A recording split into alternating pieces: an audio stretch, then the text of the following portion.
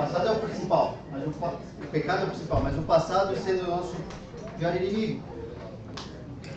Então vamos te falar das escolhas tolas. Então, outra forma é um pecado não confessado. Inclusive a gente acabou de falar disso, né? Se já comecei algo que não devia, então, se você confessar, se você não confessar, aquilo vai ser um problema para você, vai permanecer, vai tornar o seu inimigo o seu passado. Você não vai querer pensar no que aconteceu, você não vai querer lidar com a situação e não vai crescer, não vai continuar cooperando no processo de santificação na sua vida. Alguns não querem justamente pensar no passado porque não querem ser lembrados das suas falhas. A gente pode ser muito criativo, não pode? Para tentar se justificar, inventar estratégia que nos ajudam a evitar confessar pecados diante de Deus, principalmente dos outros. Quando você poderia simplesmente falar o quê? Pequei, por favor, me perdoa. Que resolvia já um monte de situação, evitaria um monte de amargura, de conflito, mas se torna um inimigo passado da pessoa, porque ela começou a acreditar que ela não precisa acertar falhas na sua vida. Então, pecados não confessados, recusa de enfrentar nosso pecado com tristeza, quebrantamento e arrependimento, começou aonde? No Jardim do Éden. Se recusaram a acertar da maneira de Deus. Quando Adão pecou, foi confrontado por Deus. O que você fez, Adão? Qual foi a resposta dele? Eu fiz isso aqui, ó. O que eu fiz? Ó, ela. O que ele poderia ter dito? Me rebelei contra o seu mandamento. Poderia ter pedido perdão a Deus, mas não foi isso que ele fez. Ok? Então, foi tentar transferir a sua responsabilidade, a sua culpa, o seu pecado para outra pessoa. A mulher que me desse por esposa, foi como se Adão tivesse dito o quê? Mais ou menos assim, ó.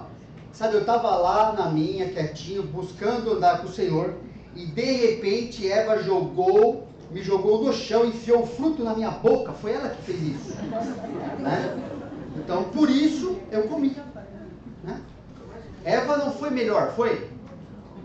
Falou, e você, o que você fez, mulher? Assim, foi quem? Serpente. Serpente também estava lá passeando, de repente me deu um rodo, Peguei lá, enfiou o fruto na boca, Então, isso aí. O problema é que esses eventos, essas desculpas, se tornam parte do nosso passado e vão continuar nos ferindo. E a gente depois vai tentar achar alguma explicação que não seja na Bíblia para falar por que eu estou vivendo desse jeito, por que minha vida descambou dessa forma. Olha o motivo aí, ó. Cadê? Opa. Não. Aí. O motivo está aí, né? Por que as coisas às vezes estão acontecendo? Nossa, não sei o que está acontecendo. É por isso aí. O meu está numa... Se eu conseguir voltar um. Voltar um? Não, para frente. É verdade. Obrigado. O que está acontecendo em certas coisas, eu estou conseguindo entender, explicar, muitas vezes é por causa disso. O que encobre as suas transgressões jamais prosperará.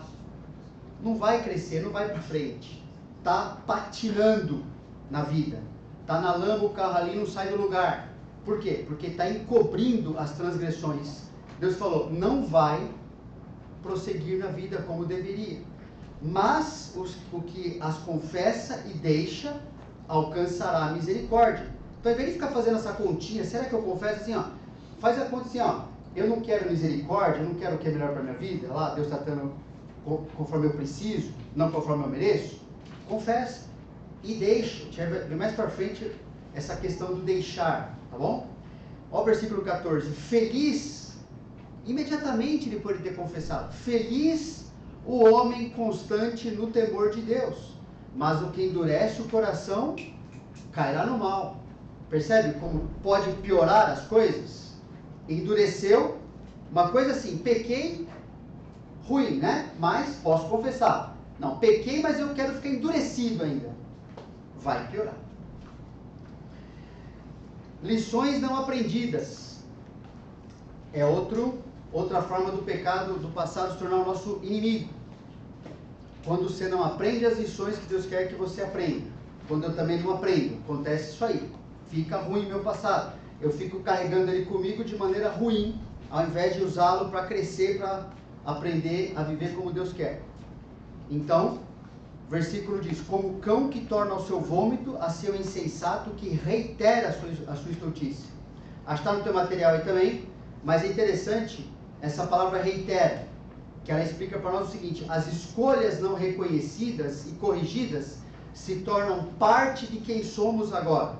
Então, o verbo reitera, ele ensina o quê? Cada vez que pecamos em nossos pensamentos, palavras, desejo, comportamento, torna-se mais fácil e mais provável que as mesmas escolhas erradas venham se repetir. Que a pessoa continua, por quê? Porque agora tinha um problema, não confessou, não acertou, agora tem um hábito. Agora se acostumou. Ela viu assim, no mundo dela, deu certo, não deu nada, não aconteceu nada comigo. É mesmo? Como é que você sabe? Como é que você sabe o que seria a sua vida se você tivesse aprendido aquela lição? Onde você estaria hoje com Deus, com os outros, espiritualmente falando, se você tivesse aproveitado da primeira vez que Deus me ensinou você, por exemplo? A gente não sabe. É uma ilusão, é uma bobeira acreditar. Não, mas está tudo bem. Está tudo bem, a gente experimenta muito da graça e misericórdia de Deus, mas eu já percebo na minha vida quantas coisas que eu já perdi tempo, que significa perdi vida, né? Ao fazer besteira, a não aprender certas lições, que eu tenho certeza assim, podia estar lá na frente já, podia estar muito melhor do que eu sou hoje, tivesse aprendido, tivesse abaixado a crista lá, tivesse aprendido o que Deus ensinou. Mas, o que acontece? Não fazer isso, o verbo aqui está ensinando esse versículo, que eu começo a achar aquilo como parte de mim mesmo, né? Reiterar algo.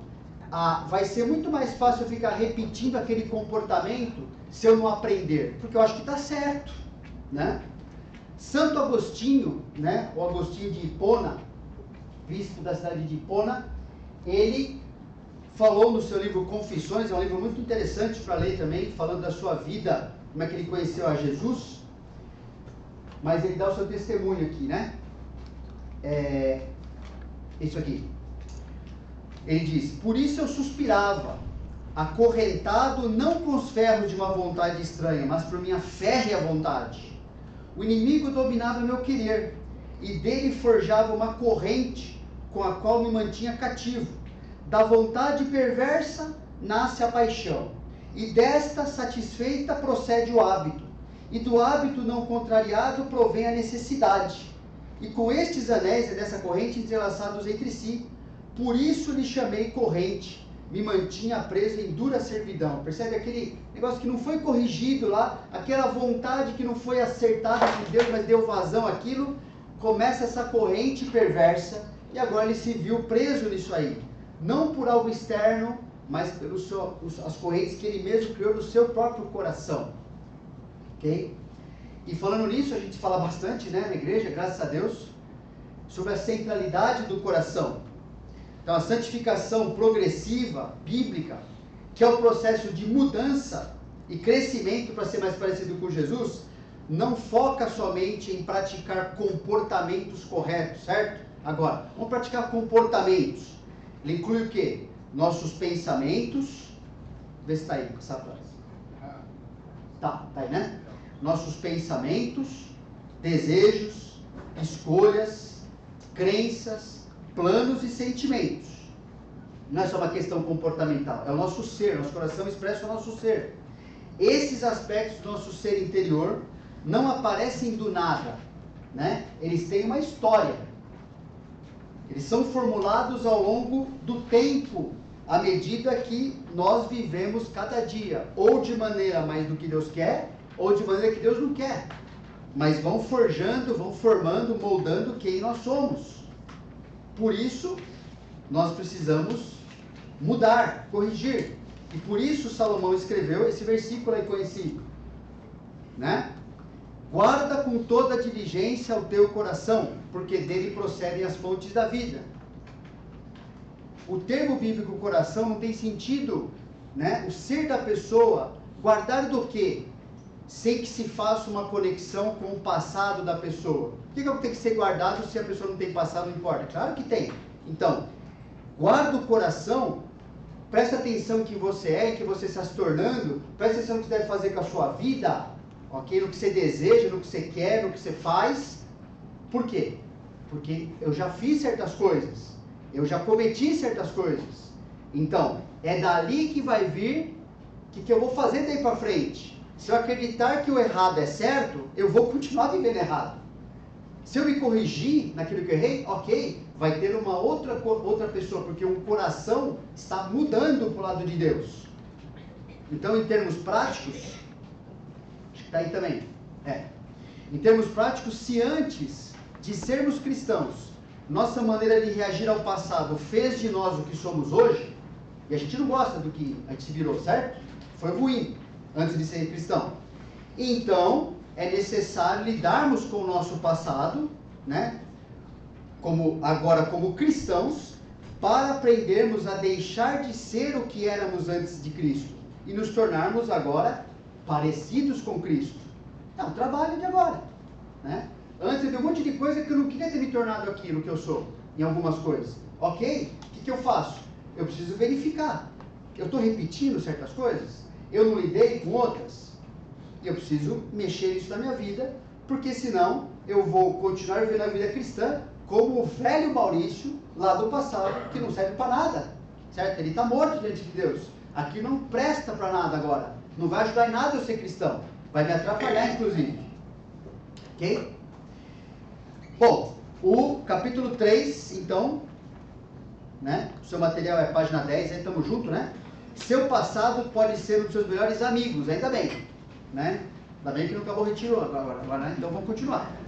Nosso passado, então, é como uma cicatriz, uma marca permanente, indicando algo que aconteceu na nossa vida, que ela me acompanha onde quer que eu vá, e sendo parte da formação daquilo que eu sou hoje, você também. Então, dependendo de certas experiências do passado, a gente tem a tendência de pensar que seria melhor Deus ter nos criado sem a capacidade de lembrar. Será que seria melhor mesmo? Então, acreditamos que estaríamos melhor se pudéssemos apagar completamente a nossa memória, bem como o impacto que o passado tem sobre as nossas vidas. Só que mesmo no mundo marcado pelo pecado, mesmo sendo feridos, mesmo ferindo a outros, a Bíblia não apoia a ideia de que todo o nosso passado é algo ruim, que precisa ser esquecido. A Bíblia não apoia isso. Então, a única forma de entender e aprender a fazer do seu passado um dos seus melhores amigos é encarar o passado não como um conjunto de eventos que simplesmente aconteceram com você, mas como o registro de como Deus tem se relacionado com você e trabalhado na sua vida.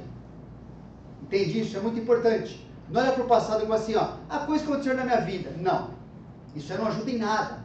A questão é, como que o meu passado é o registro do que como Deus tem se relacionado comigo e como que isso me impacta hoje, ok? Esse registro, né? Deixa eu ver onde eu estou aqui. Falei para não sei onde aqui.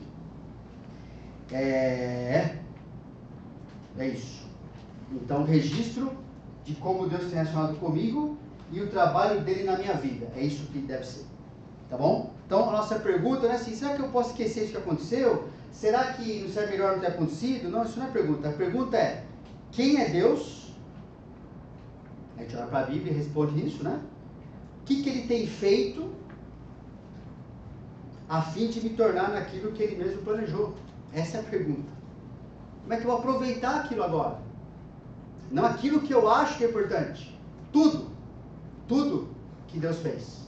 Eu não posso falar, isso aqui eu não quero. Isso aqui eu não quero pensar nisso.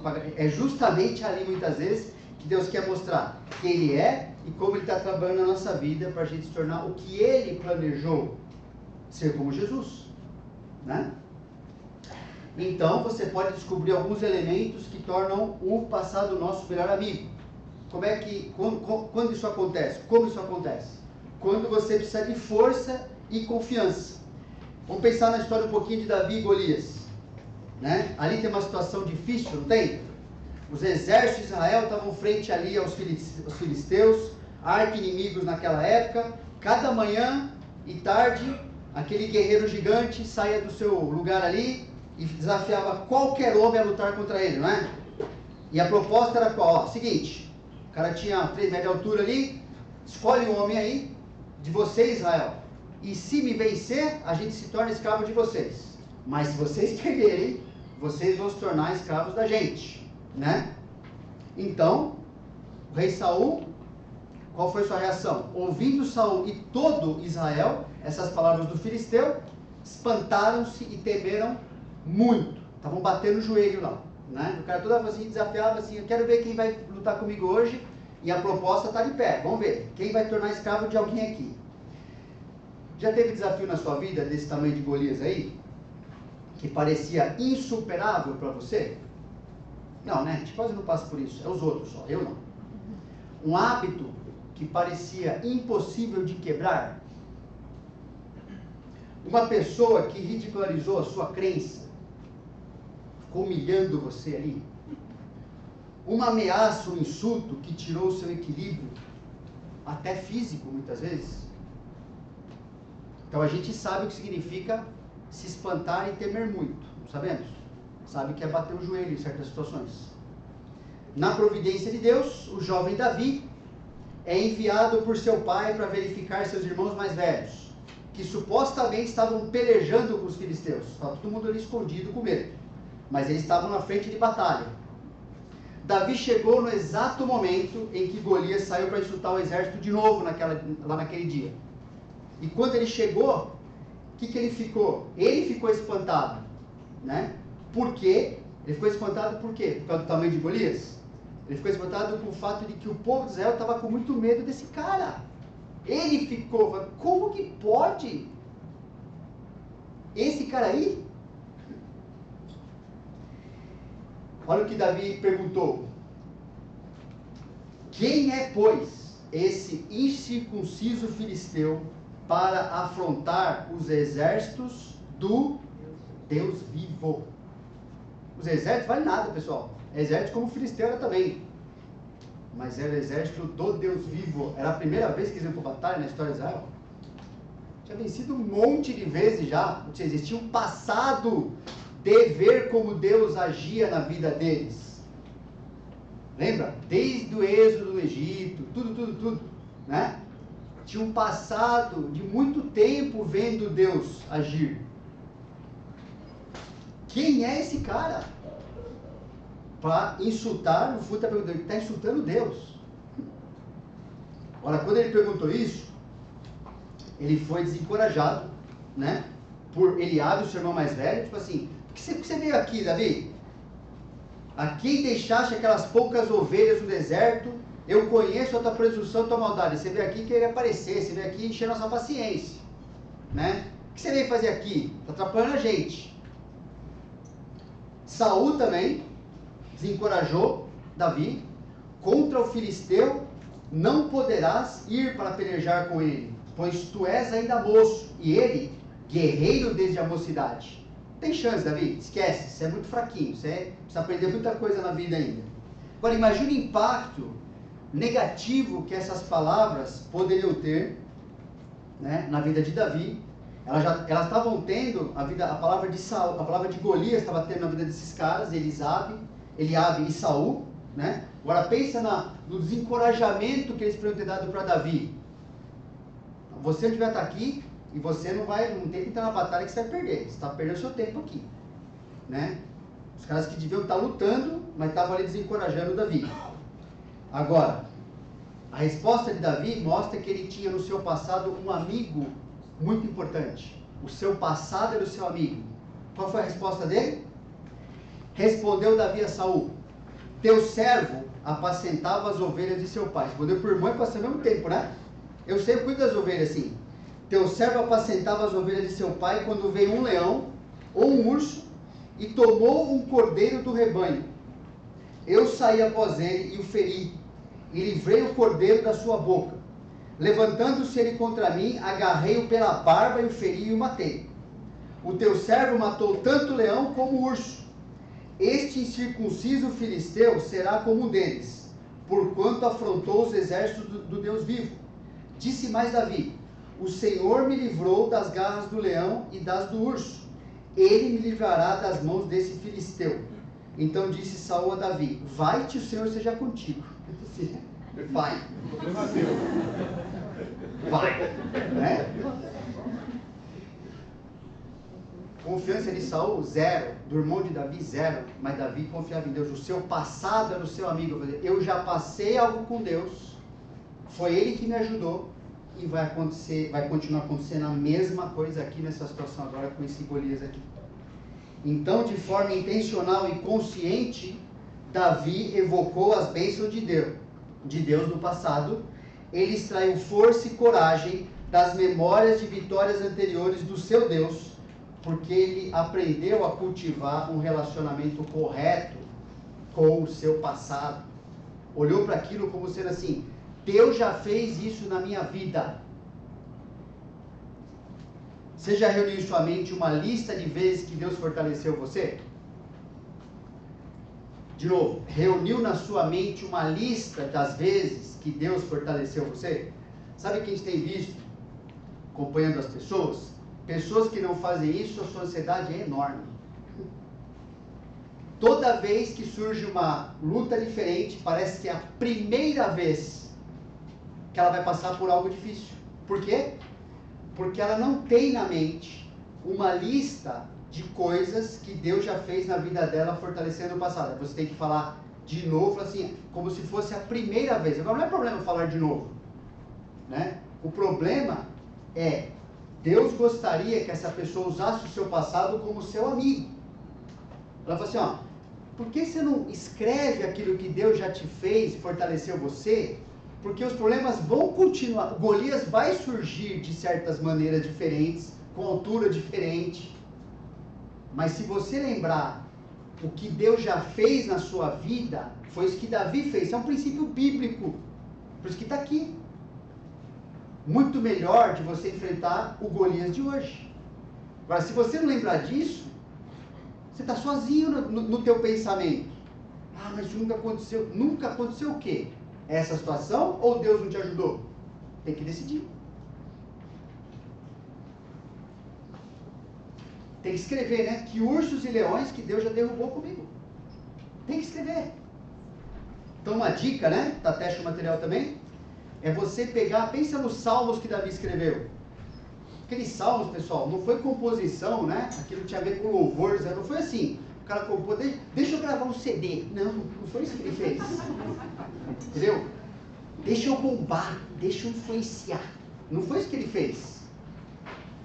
Ali foi algo que ele escreveu sobre a sua experiência com Deus, seus questionamentos. Pensa bem, quantos dos salmos que a gente lê que tem a ver com Davi descrevendo o passado, como é que Deus cuidou dele, e não descreveu o passado lá na Disneylândia, pessoal, ele estava sofrendo, correndo de inimigos, assim, parava, a sua noite gastava assim, né, não tinha celular, então ele gastava a sua noite assim, compondo, pensando, refletindo assim, ó, o que Deus já fez na minha vida que me ajuda a viver o amanhã ou hoje? Ele escrevia essas coisas. Então, quando a gente lê esse salmo, a gente percebe isso, né? As experiências traumáticas, difíceis da vida dele, foram usadas para relacionar Deus à sua vida e perceber e agradecer como que Deus cuidou dele. Se não fizer isso, pessoal, Golias fica muito maior do que ele já é. Muito maior. Como é que a gente vai viver nesse mundo sem relacionar Deus à nossa vida? O que acontece? Agora, como é que eu vou relacionar a Deus se eu não tenho isso anotado? Agora, quando o chefe manda anotar um negócio, a gente anota, né? Mas isso é a nossa vida. Tem que anotar isso aí. Tá bom? Outra forma do passado ser nosso amigo. Se tornar nosso amigo. Quando você precisa de encorajamento e equilíbrio. E a gente vê a história de Jó, né? Jó nos ensina, a partir da história dele, Deus nos ensina a partir da história de Jó, né? Que ele usou o seu passado como seu amigo. Jó era íntegro e reto, não era? Temia Deus, se desviava do mal, o texto fala. Ele e a sua esposa haviam sido muito abençoados por Deus com 7 filhos, 3 filhas, e eram muito ricos, né? Aquele contexto ele significava assim, ó, a bênção de Deus na vida dessa família. Agora, aquilo que a gente pensa ser um teste para Jó, na verdade, aquilo que Satanás propôs era um teste, na verdade, para quem? Aquela proposta do diabo. Era um teste para Deus. O que Satanás estava propondo? Deus. Sabe esse Jó aí, ó? Esse cara, sabe por que ele é temente, sabe por que ele é íntegro? É o toma lá da cá. Entendeu? Ele segue o Senhor para te dar as coisas para ele aí. Ele só segue você. É mentira esse negócio. Ele só te teme, é tudo de fachada. Enquanto o Senhor der o que ele quer, ele teme o Senhor. A hora que o Senhor arrancar, ele para. Ou seja, o que Satanás está propondo? Que aquela bondade, né? Que aquela retidão de Jó, que não surge surge de nós a retidão no nosso coração? Não, surge de Deus, né? Ou seja, aquela retidão que o Senhor Deus produz no coração dos seus filhos, é tudo falso, tudo mentira isso aí. Entendeu? Era autocentrada, Deus, é rasa, ela só dura enquanto a circunstância dessa pessoa durar. É o que a maioria das igrejas hoje prega, pessoal. Fala assim, ó, Deus é bom se ele faz o que o pecador quer que ele faça. É um Deus cachorrinho lá, né? Que você bota a coleirinha nele e faz o que você quiser. Deus é bom. Essa é a ética do diabo. Me faz tal coisa que eu te abençoo. Me dá o dízimo que eu faço não sei o que lá. Assim, isso é o diabo que propõe. É a ética que ele propôs para Jó, pessoal. Deus, ele está questionando Deus. Eu quero ver se Jó realmente é íntegro a ponto de que se o Senhor tirar dele as coisas, ele continua vivendo com o Senhor. Porque quando Deus está abençoando, né? Até o descrente vai em outras igrejas, pessoal. Tudo lotado de descrente. Agora arranca o que ele quer. Tira dinheiro e saúde dele. O que ele vai fazer? Ele vai concordar com Satanás. Ele vai lá se curvar, realmente, Deus não serve para nada. Ele vai trocar de Deus, vai mudar para outra coisa lá. Né? Porque essa é a proposta. Os teus filhos, Deus, ele só segue o Senhor enquanto as circunstâncias dele for boa. Aí Deus falou, eu aceito o desafio. Né?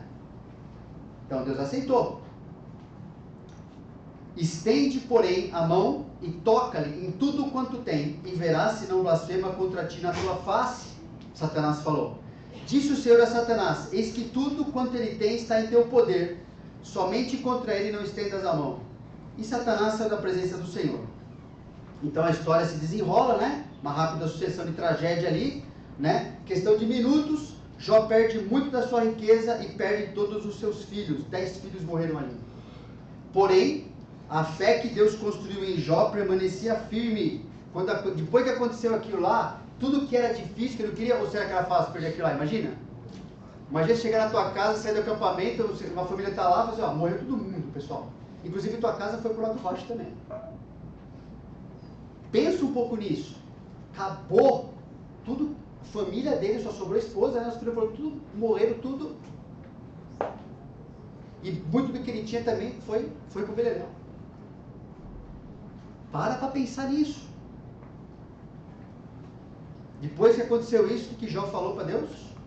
Então Jó se levantou, rasgou o seu manto, rapou a cabeça, lançou-se em terra e adorou, e disse, nu saí do ventre de minha mãe e nu voltarei. O Senhor o deu e o Senhor o tomou. Bendito seja o nome do Senhor. Em tudo isto Jó não pecou, nem atribuiu a Deus falta alguma. Pessoal, por muito menos que isso a gente faz isso, ou não? Mexe no negocinho, né? Não é? Deus, primeira pergunta é, Deus, o que você está fazendo? Jó não perguntou isso para Deus. Ele falou assim, ó, é dele, ele faz o que ele quiser. E vai fazer o que ele quiser e está tudo certo para mim. Deus não errou comigo, é o que ele falou. Aí Satanás perdeu o primeiro round, né? Aí ele vai para o segundo, né? Ah, isso é fácil, Deus, né? Enquanto a pessoa estiver viva, ela vai estar lá, se equilibrando lá, mas a fidelidade dela, assim, ó, começa a dar um problema de saúde para lá, para você ver o que acontece. Prosperidade perdeu, agora mexe na saúde dele lá. Você vê o que acontece, né? Satanás respondeu ao Senhor, pele por pele. tudo que o homem tem dará pela sua vida. Estende, porém, a mão e toca-lhe nos ossos e na carne, e verás se não blasfema contra ti na tua face. Mexe na saúde dele. Porque depois a gente viu na história, né? Quando mexeu na saúde, o que mexeu? O emocional de Jó, tudo foi mexido. O que sobrou para Jó nesse momento? Quando ele foi, Satanás começou a mexer na vida dele. Né? Sobre a permissão de Deus, não foi? Satanás não foi Jó não foi repreender Satanás, foi amarrar o diabo, nada disso. O texto não fala nada disso, ele nunca vai falar. Porque ele sabia do quê? Deus fez. Deus fez. Pode usar o instrumento que ele quiser, o diabo, a pomba, pode usar o que ele quiser. Entendeu? Deus fez. Sobre a permissão de Deus, Satanás feriu a Jó de tumores malignos, a Bíblia fala, da cabeça aos pés. Tumores malignos. E o clímax disso vem quando a própria esposa de Jó, o que ela fala para ele? Ainda conservas a tua integridade, meu marido? Amaldiçoa a Deus e morre. Ó que esposa idônea. Né? Porém, Jó, para as coisas contrárias também seria, ok, pessoal? Vamos falar. Hoje em dia nós temos que falar do gênio. Porém, Jó se volta para o amigo que ele tinha no passado. O seu passado era seu amigo. O que disse sua esposa? Que ele falou, qual foi a resposta que usou para encorajar a sua mulher, inclusive? Temos recebido o bem de Deus. Não receberíamos também o mal? Nossa, que soco na cara. Pensa bem. Tudo estava mal, pessoal. Perdeu todos os seus filhos, perdeu boa parte da sua estabilidade financeira, estava doente total agora. E a lembrança que esse homem teve quando a pessoa mais importante da vida dele, depois de Deus, falou para ele assim, ó, cara, acabou para você, morre, tá nem para Deus, esquece Deus. Temos recebido o bem de Deus. É isso que veio na primeira coisa que ele falou. O coração dele estava cheio disso.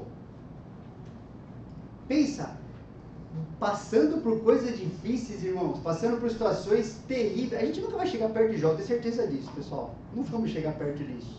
A gente não aguenta, Deus sabe disso. Pode ficar tranquilo. Então assim, ó, só em Jesus, né? Estou brincando, mas não. Certo? Tudo bem. Tudo bem.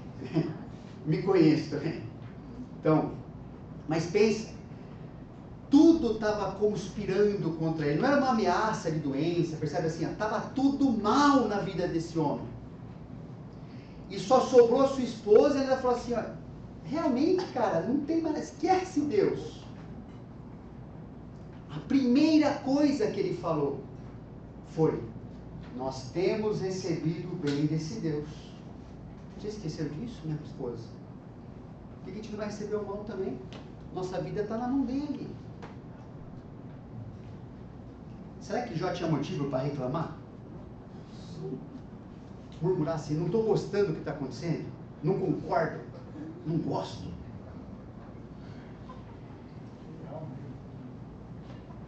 Ele sabia que eles tinham desfrutado de grande riqueza, de grande bênção, haviam compartilhado. Pensa bem, como é que eram os domingos na casa de Jó e seus filhos, como devia ser gostoso, né? Pensa bem.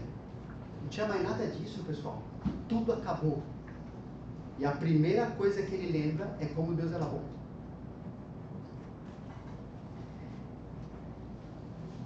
Pensar nisso apaga as tuas tribulações atuais? Não.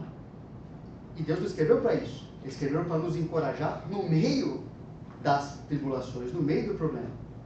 Mostra assim, a gente pode sofrer honestamente, profundamente, né, diante de Deus. Deus não está ignorando isso, Ele registrou isso, né? Ok? Também significa que Jó, em momento algum, titubeou. A continuidade do livro de Jó mostra que depois ele balançou, pessoal. Não balançou? Ele ficou, puxa vida, mas e agora? Será que, não estou entendendo agora o que está acontecendo? Será que eu estou pecando? Será que eu não estou certo? Pediu para Deus, você melhor nunca ter nascido, né? Agora, nós nunca faremos isso, certo? Só Jó. A gente nem Primeira coisa é lembrar da vontade de Deus, porque está sofrendo, que é o que a gente faz. E segundo, lógico, que a gente permaneceria fiel até o fim da experiência, sem questionar Deus. É isso? Não, então todos nós faríamos isso ou pior. Ou pior.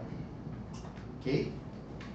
Agora, o que Jó fez? Ele recapitulou o seu passado, olhou para o seu passado da perspectiva de Deus, como um Deus bom, que Ele é, sempre, sempre será, falou, é isso que eu tenho diante de mim agora. O que eu prefiro não é isso, mas Deus nos deu bem, Ele está dando o mal, não é uma ilusão de mal, aconteceu algo ruim realmente, de verdade, mas eu não estou desesperado, eu não estou abandonando esse Deus. Vamos ver o que vai acontecer, vamos ver como é que Ele vai continuar trabalhando na minha vida. Jó e Davi, lembra que eu falei da história de Davi, nos estágios críticos da sua jornada espiritual, escolheram se beneficiar dos seus passados. Eles cultivaram uma conexão proposital com os seus passados, que era tão habitual para eles, quase de forma automática, independente do que estivesse enfrentando nesse momento agora da sua vida. Ou seja, eles olhavam para o seu passado e via Deus agindo na vida deles. E agora a resposta deles tinha a ver com Deus. Um hábito de pensar e de viver diferente. Que a gente, pessoal, eu vejo na minha vida, e acho que na vida de quase todo mundo aqui deve ser verdade também. Que acontece uma coisa, a primeira coisa, e agora? Espera um pouquinho. A primeira coisa é, como que Deus tem tratado comigo até agora? Quando tudo que aconteceu eu gostava que aconteceu. Tudo foi legal para mim. E agora que ele mudou alguma coisa, por que ele mudou? O que Deus queria provar? Deus queria o mal de Jó? É isso que a Bíblia, o livro de Jó mostra para nós? Deus queria... Não. Deus queria o que Deus promoveu no final. Mostrar para Satanás que realmente aqueles que ele trabalha no coração, né? Tem um coração de verdade, com integridade, porque se não foi porque é descrente ou porque é crente que parou de crescer, mas aqueles que estão trabalhando no coração são íntegros de coração, não porque Deus dá ou não dá certas coisas para eles, porque isso é vida de incrédulo, ok? E Deus queria, na verdade, ampliar ainda mais a teologia de Jó, fazer Jó confiar mais em Deus e abençoar Jó ainda mais, que foi o que aconteceu com a vida dele. No final da história, quando Jó fala lá no capítulo 42, ele fala do passado, dos todos os outros capítulos que ele passou, e tendo que responder para aquela turminha lá toda lá, ele trata aquilo com amargura, como, melhor não ter passado por aquilo, foi isso que ele falou? Não. Ele falou, eu conheço mais o Senhor agora. Ele já conhecia Deus, pessoal. Mas ele falou, agora, o conhecimento que eu tenho do Senhor, muito maior, muito melhor para mim. Eu vou viver agora muito melhor do que eu vivia. E ele já vivia bem com Deus. Quem podia falar agora daquele passado? Pensa bem que ele passou toda aquela tribulação toda. Ele falou, agora ele tinha o que a gente gosta de falar, né? Todo primeiro domingo do mês a gente fala do nosso, na igreja, testemunho de vida cristã. Eu gostaria de ouvir o testemunho de Jó. Você não gostaria? Eu só quero saber, Jó, explica para mim aqui, ó. O estudo de caso, como é que você fez tal coisa, que pensamento você está passando? Seria muito legal ouvir isso. Então, no céu, né, a gente vai ouvir.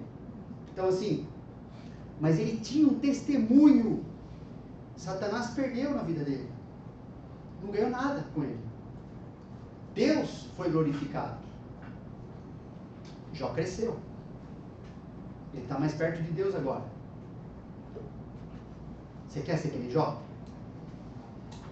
Você quer passar o que ele passou? Você quer passar o que Deus permitir do jeito de Deus? Isso dá, né? Isso a gente pode ir em frente. O que a gente está falando, pensando em Jó e Davi, é algo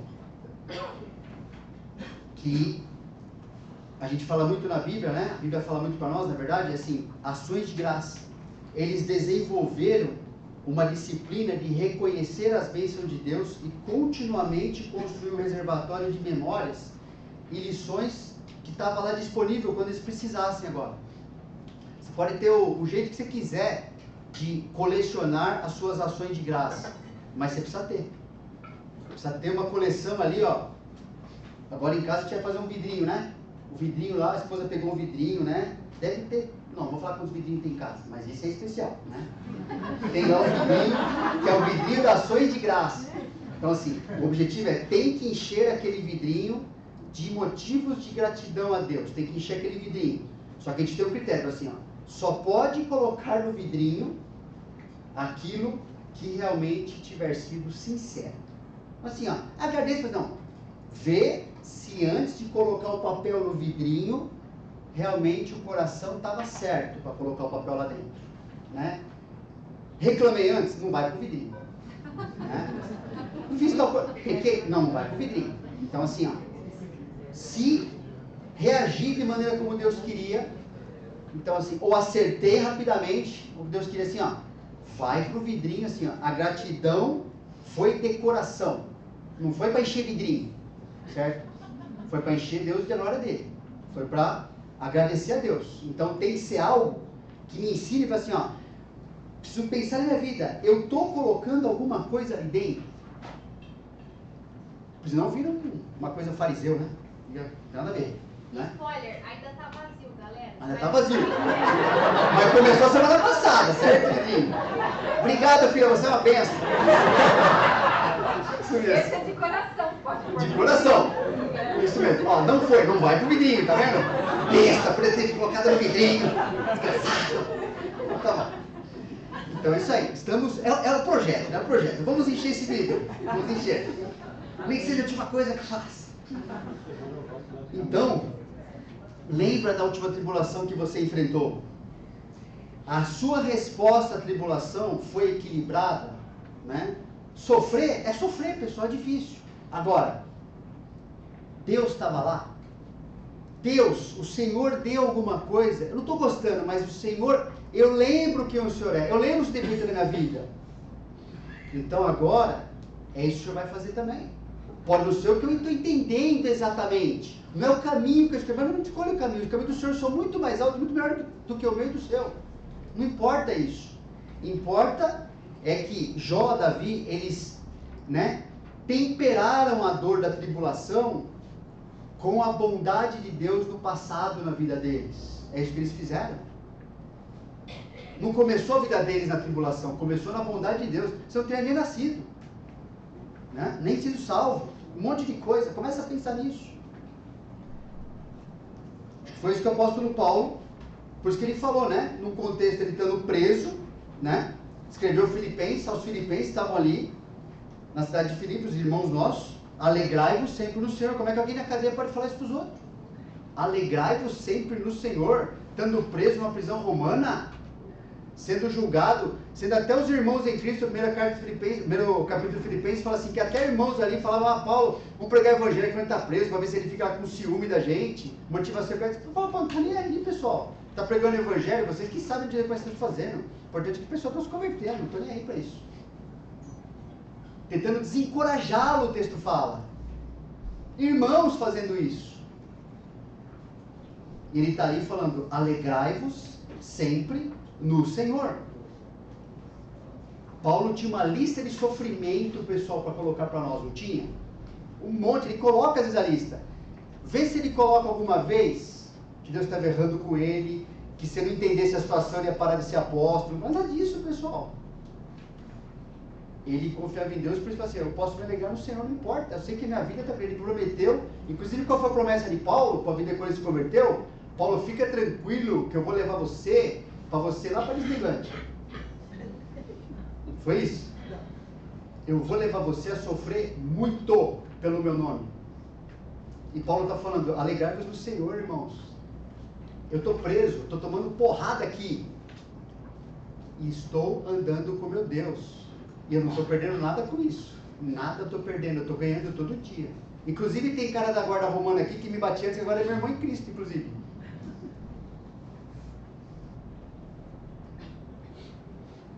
Paulo era pecador que nem a gente, irmãos.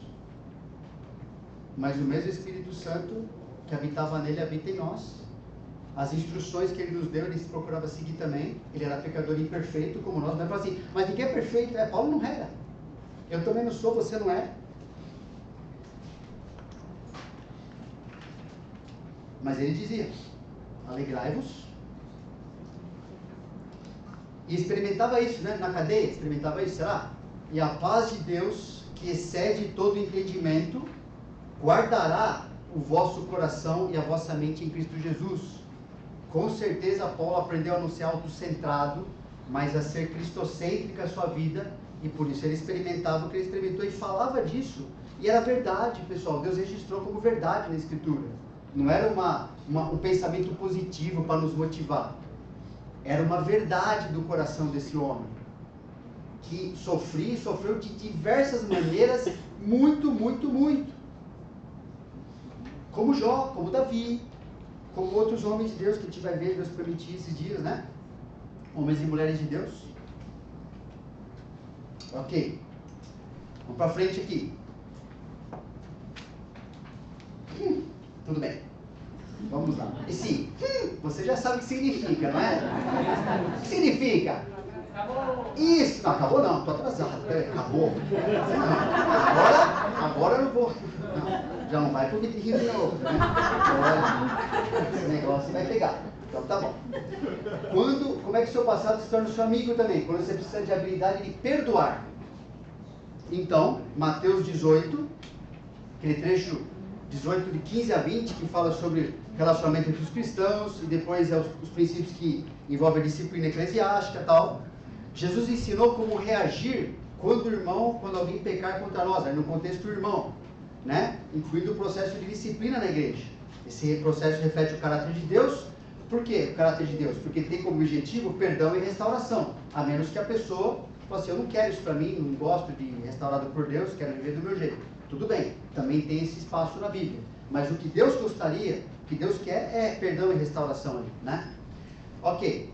Então, nesse trecho, a habilidade de perdoar, tá aí, né? Depois Jesus fala uma parábola, porque Pedro chega lá, né, para Jesus, então, Jesus, pensando no número aqui bom para te perdoar os outros, você acha de 7 vezes? Porque os fariseus falavam que 3 vezes. Eu quero 7, olha como eu sou bom. Então, 7 vezes, Jesus vai ficar, Pedro, você é legal, hein? Então, Jesus fala assim, é o seguinte, Pedro, é um pouquinho mais que isso, tá bom? Corrigir você aqui, ó. É todas as vezes, Jesus fala. Então, no estudo a gente vai falar mais pra frente sobre perdão, restauração, consequência, algumas coisas, tá bom? Restituição, inclusive. Mas, Jesus está ensinando aqui, através dessa parábola, é que o perdão recebido de Deus é a base para perdoarmos os outros. Esse é o ensino. Então, por isso o reino dos céus é semelhante a um rei que resolveu ajustar conta com seus servos. E passando a fazê-lo, trouxeram-lhe um que devia 10.000 talentos. Não tendo ele, porém, com que pagar, ordenou o Senhor que fosse vendido ele, a mulher, os filhos e tudo quanto possuía, e que a dívida fosse paga. Então o servo, prostrando-se reverente, rogou, sê paciente comigo, e tudo te pagarei. Que é mentira, não conseguia pagar a vida inteira, tá bom? Então que fosse vendido. E o senhor daquele servo compadeceu-se, mandou embora e perdoou-lhe a dívida. Aí ele estava grato e falou, vou andar com Deus daí para frente. É isso? Não. O que ele fez? Saindo, porém, aquele servo encontrou um dos seus conservos, que lhe devia 100 denários, muito menos aquela quantia, e agarrando-o, o sufocava, dizendo, paga-me o que me deves. Então o seu conservo, caindo-lhe aos pés, lhe implorava, sê paciente comigo e te pagarei. E ele conseguiria pagar realmente isso aqui. Ele, entretanto, não quis. Antes, não quis. Isso aqui é muito importante para nós. Antes, indo-se, o lançou na prisão até que saldasse a dívida.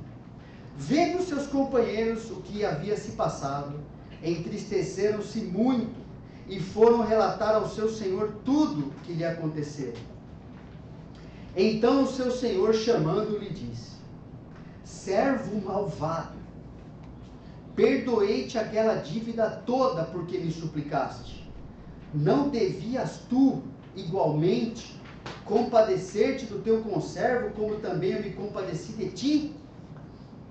E indignando-se o seu senhor, o entregou aos verdugos, né? Eu sempre achava que era outra coisa isso aqui, os carrascos, né? Até que lhe pagasse toda a dívida. Assim também meu Pai Celeste vos fará, Jesus não está brincando agora. Assim também meu Pai Celeste vos fará, se do íntimo não perdoardes cada um a seu irmão. O ensino é claro, não é? Seu desejo de perdoar está diretamente relacionado à sua lembrança do quanto Deus perdoou você. Se você está tendo problemas em perdoar alguém que o magoou, talvez seja o momento de sentar e relembrar as maneiras que Deus lhe perdoou. E se você fizer isso, o seu passado também vai se tornar um amigo melhor. Não é? Precisamos parar para pensar nisso. Porque senão a gente não vai querer perdoar as pessoas. Isso tem a ver com não parar para pensar o quanto nós fomos perdoados. A gente não tem dúvida de que Deus está falando nessa palavra. Né? Quem é quem aqui, né? Tá bom. Intervalo, pessoal. 10 minutos. Já tem aviso.